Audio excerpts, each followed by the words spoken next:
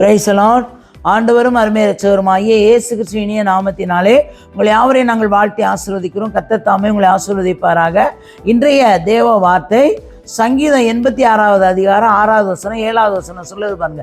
கர்த்தாவே என் ஜெபத்திற்கு செவி கொடுத்து என் விண்ணப்பங்களின் சத்தத்தை கவனியும். நல்ல கவனி. கர்த்தாவே என் ஜெபத்திற்கு செவி கொடுத்து என் விண்ணப்பங்களின் சத்தத்தை கவனியோ.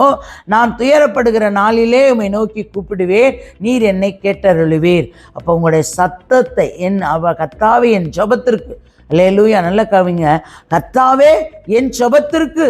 அப்போ நீங்கள் செவி கொடுத்து ஆண்டவரே என் விண்ணப்பங்களின் சத்தத்தை கவனி என்று தேவனிடத்தில் செவிங்க.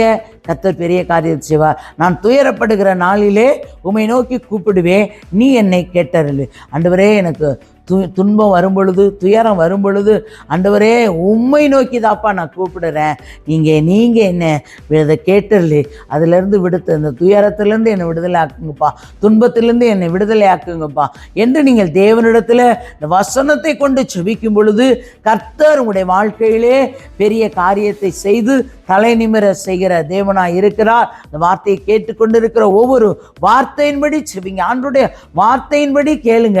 கர்த்தர் உங்களை கொண்டு பெரிய காரியத்தை செய்கிற தேவனாய் இருக்கிறார். தகப்பனே மை துதிக்கிறோம், சோத்திரம். கர்த்தாவே சர்வ வல்லமையுள்ள தெய்வமே மை துதிக்கிறோம், சோத்திரையா. நேற்றும் இன்று மாறாத இந்த நல்ல தகப்பனோட பரிசுத்தமுள்ள கருத்துல ஒரு விஷயங்களை தாழ்த்தி உங்களுடைய பொறுப்பாத்தில் தருகிறான். தேவன் பொறுப்பெடுங்க, ஆசீர்வதி. இயேசுவின் நாமத்தில் வேண்டிக் கொள்கிறோம் எங்கள் ஜீவனுள்ள நல்ல பிதாவே. ஆமேன், ஆமேன்.